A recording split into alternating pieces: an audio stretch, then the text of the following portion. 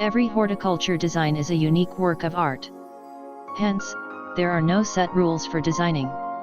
Let your creativity take over while working on your own horticulture design. However, most landscapes are based on specific design principles. Let's understand them. First and foremost, scale is a relative measurement unit that provides the relation between elements in and around a garden. When planting near a building, it's critical to know the final size of plants. Eventually, a plant that grows too large will overwhelm a building. On the other hand, small plants around a large building are not suitable. After all, your choice of plant sizes should be suitable for the entire setting. Secondly, form is the shape and structure of a plant and its branches. Plants come in a wide variety of forms. Elements such as branches or leaves need to be considered as they vary with plant. Round plants can be combined with curved lines for a natural flow. On the other hand, upright plants are used for straight lines like a walkway or edge. Moreover, these plants may also be combined to change forms as a group. For instance, neatly pruned hedges are an integral part of formal gardens. Whereas, informal gardens can have plants growing naturally without much restrictions on form. Thirdly, unity is an important principle. When expressing too many ideas in a limited space, a design loses its unity. Cramming in too many plants and ornaments drag attention away from the house. Similarly, plants with contrasting accents, colors, forms or textures defy the idea of unity. Thus, it's vital to group design elements to look like a single unit. Moreover, the horticulture design should display a satisfying view from every angle. The next principle, rhythm, is the repetition of elements that guide the eye along the design. As a result, the elements are placed in a definite direction at regular intervals. Additionally, rhythm can be expressed with color and form. After all, color is what brings a garden to life. Whereas, a pleasant grouping of parts creates harmony. The principle of balance aims to create an aesthetic and pleasant combination of elements.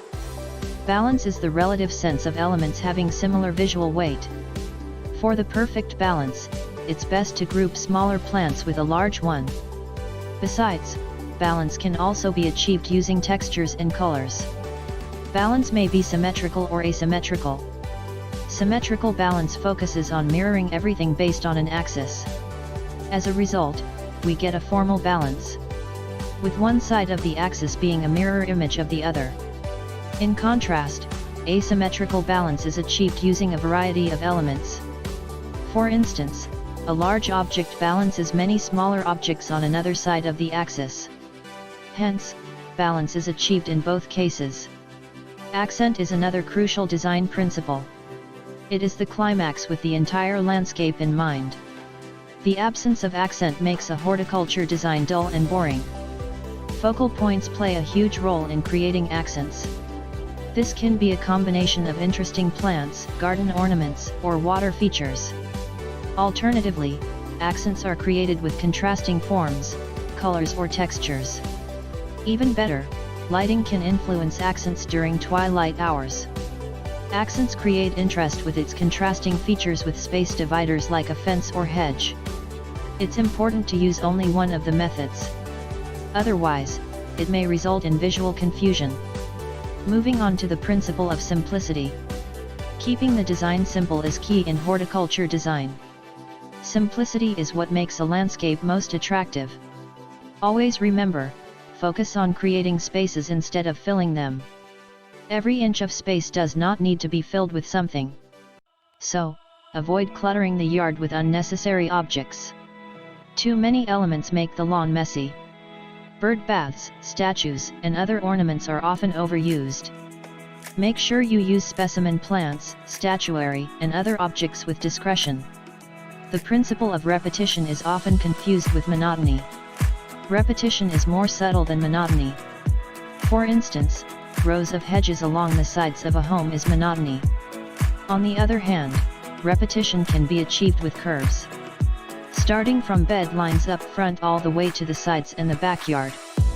Furthermore, right angles are also used for repetition. In a similar way, right angles can begin from the front yard and go all the way around to the backyard. Additionally, including sidewalks and bed lines for repetition is always a good idea. Subtle repetition of design elements helps achieve continuity in the landscape. Moreover, it adds flow to the horticulture design. Lastly, the principles of dominance and contrast have one thing in common. The dominant features are accented by some contrasting ones. In a garden where longer time is spent, the ratio of dominance to contrast should be around 70 to 30. Especially for an established public garden or a private one near a home or a lawn. Ensure that this ratio is not less than 55 to 45. Because, a garden loses its dominance. And this results in visual confusion. Moreover, contrasting elements should be spread all over instead of concentrated in an area. In a garden where little time is spent, the extent of contrast between dominant features and accents is enhanced. For example, building entrances, plantings on streets or courtyards. These are all spaces where people usually spend less time. In addition, the accents should be intensive in one area. As a matter of fact, such gardens give a bold effect. And one look is enough to grasp the effects. Now that you know all about horticulture design, it's time to unleash your creative side. Feel free to share your views and ask questions in the comments section below.